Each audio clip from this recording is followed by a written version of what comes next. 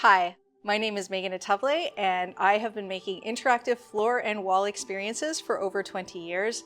And today my air conditioner is broken, so it's incredibly hot in here. I think it's something around 27, 28 degrees. So I'm gonna do something very quick for this video because I really wanna turn my fans back on, and the sound gets really weird when there's fans.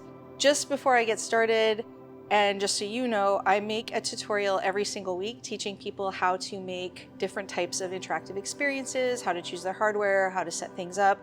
And I do all of this for free in response to questions that I get asked because I do interactive displays for a living. So if this is the kind of content that you're interested in, wow, there's thunder now. I'm not gonna cut. I just wanna get this over with. So if this is the kind of content that you're interested in, please leave a like, leave a comment, just let me know. Tell me if you have questions. I'm happy to make a video answering your questions. Let's get to it. So this is a selfie wall, and it is for a wedding, or I guess some kind of a celebration involving the joining of things together forever. I'm going to teach you how I made this. And I'm also going to explain a little bit about how to think about making an interactive selfie wall for your event. This also works on the floor, so let's just go over there. You know, I'm not even gonna reset up my camera. Here's a floor, and that's what it looks like on the floor. So you can do this on the floor as well, but obviously taking selfies on a floor is not as fun as doing it in front of a wall. Okay, actually, I looked at the last clip and you couldn't really see it. This is what it looks like on the floor. I'm going to show you what the design files look like. I'm going to show you how I added this to my LUMOplay software and threw it up on my wall. And then I'm going to turn on all my fans and open my windows again. So yeah, let's go to my design machine. The template that I am using to create my selfie wall is called the particle image template, and I'll link to the full tutorial in the description of this video. A little bit of a word about selfie walls. If you want somebody to take a picture in front of something, whether it is an interactive display or a flower thing, or I don't know, the kind of thing that people like putting pictures of themselves on Instagram standing in front of, it needs to make them look cool.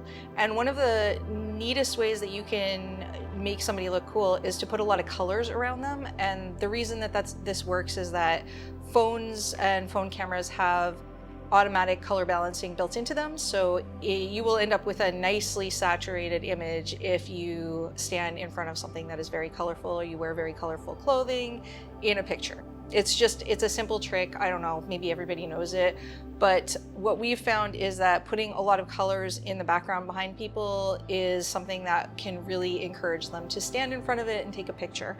And having a positive message or a really fun image, words like love, anything that you would see on the wall in an Airbnb is really kind of like bait to get people to stand in front of it and take a picture. I don't know why, because I don't understand normal people, but that is definitely something that we've noticed works. So today we're doing something for a wedding, and basically in order to make the particle image template work, you need 3 different parts. You need an image that is going to, especially if you're doing text, you need an image that's going to be persistent on the screen, because the particles that are made from the image will not give you enough resolution to actually see the picture.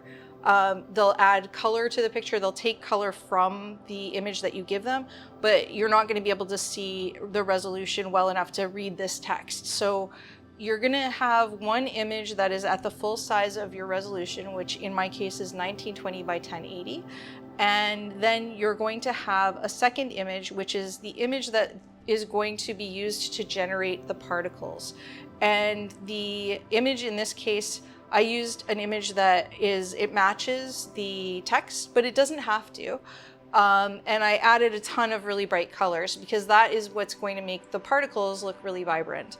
So those are the 2 main images that you need. And then the other thing that you need is a video. So I created this very colorful video loop that's just going to play in the background of my effect and give it a little bit of depth. those are the three things you need. The information about what format you need to save your video at is in the article that's linked in the description, because as we improve our software, those specs might change. So if you want to make a video, go to the article and you'll be able to see what kind of images and what kind of videos we currently accept. And that's it. So I exported these things from Photoshop as PNGs and obviously with the transparency. And you'll notice that this particle one is 1080 by 1080. So particle one has to be square. The other image should be the full size of your display. I'm not entirely sure why this one has to be square. I'm sure it has something to do with Unity, but I'm not 100% sure. It is in the article though, so if you forget, just read through the article for the image requirements and you will find exactly what you need there. Now that I've exported these, let's go over to my LUMOplay computer and put this all together so that I can turn my fans back on again. Thanks for bearing with me. I know I'm super sweaty. See you in a second. All right, so before you start any of this, you need to have LUMOplay on your desktop. You can download it from our website. There is a free version, but if you want to make your own apps, you're going to need a paid version. I'm using LUMOplay Maker, which is the agency tier of our software, and it allows me to publish as many custom apps as I want to. So if you're making stuff for events or you're making stuff for clients, you want to get LUMOplay Maker. Prices are on our website, and there is a free version if you want to evaluate the software before you buy it. I'm gonna pop open Motion Maker, which is where all the templates live, and then I'm gonna select particle image and I'm gonna click create. And what that does is it opens up the template with the default graphics, and you can see here there's an image made of particles. It's not too complicated. The first thing I'm going to do here is I'm gonna give my app a name, so I'm gonna call it Together Forever. Perfect. And then I'm going to go through and just get rid of all of the default graphics. You won't be able to get rid of the preview, but you can get rid of all of the graphics that are included with just the default effect. So we'll deal with the background later. Get rid of the particle image. You can see those just slowly fade out, and then I'm going to get rid of this ghost image. And now we're left with nothing but the background video and the preview watermark. I'm gonna start at the top and go to overlays, and I'm not putting in a logo or anything, I'm just adding an idle image. But there are a lot of different overlays that you can use with any of our effects, including masking. So if you want your display to be an irregular shape, you would put in a mask. Logos, obviously, if you want to have a logo. I'm going to use the idle image, and that is my text with outline. I'm going to open that up, and then I'm going to make it almost completely, it's a little bit transparent, but not too transparent, and I'm actually going to turn the animation off for this one. So it's just going to be sitting there with particles appearing behind it. Next, I'm going to collapse the overlays section and open the background section and just replace that background video with the one that I made. Nice colorful background loop. And then that is that for that thing. And then I'm going to choose my particle emitter shape. And now that's the colorful Together Forever that I showed you. So again, it needs to be square for some reason, but it matches the size of this idle image. Now you'll notice that the idle image disappears when movement is detected. So in order to keep that text on the screen, I'm going to use the ghost image layer, and I'm just going to select the exact same thing that I selected with my idle image. That's this text with outline. And you'll notice that I don't know if you can see it, but they don't quite match up. So I'm going to have to adjust the image size here. This is one of my least favorite things about this template, is that each layer seems to have its own sizing. And so even if you make the images exactly the same size, you have to kind of fiddle with them a little bit to get them to exactly match up. And it also feels a little bit like hit or miss. So if you're using this template and it's annoying you, let me know, because I can definitely prioritize fixing this template if other people besides me get annoyed. Unfortunately, the development team does not consider me getting annoyed a high priority enough to make changes quickly. There we go. So now they match up, and if I mouse over it, you can kind of see that it fades, and I don't want that. So I'm gonna just make it not transparent. So it stays nice and bright, and you can kind of see that when the idle is in place, the particles are behind the letters, but as soon as you start moving, the particles come to the forefront, and that's what I want.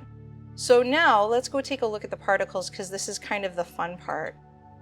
As you can see, the particles are taking their color from this Together Forever image, so they're kind of all different colors. There's also a little bit of a trail enabled, which I really, really like. The different types of particle shapes will give you different effects. So I can go for twinkle, I can go for twinkle glow, which gives it a little bit more of a glow. You can do some weird shapes like thorns and saws for some reason, and clouds. And there's also straight up stars. So if you like the look of stars, you can add those. So whatever sort of fits your event or your effect, you can choose from all of these different particle shapes. I'm going to go with the subtle twinkle, and I'm going to actually bump up the particle size.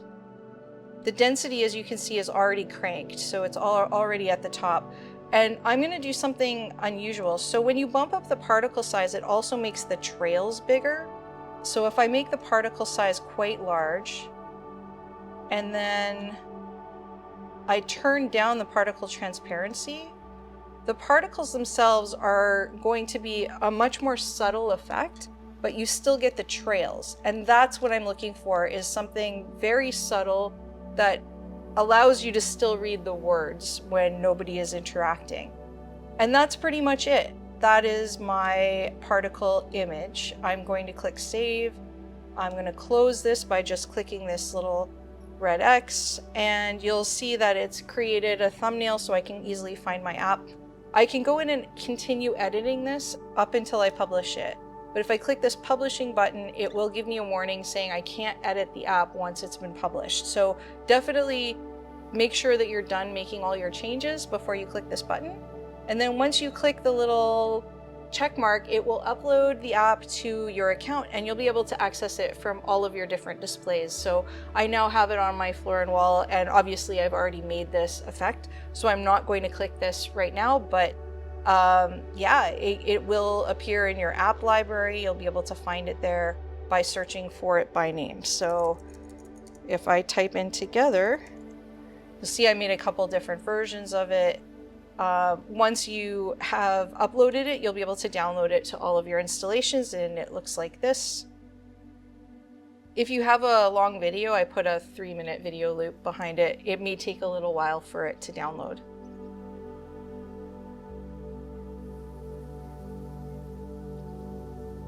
Perfect, there we go. Now it's working and it's on my account, and I can download it to all of the installations in my account.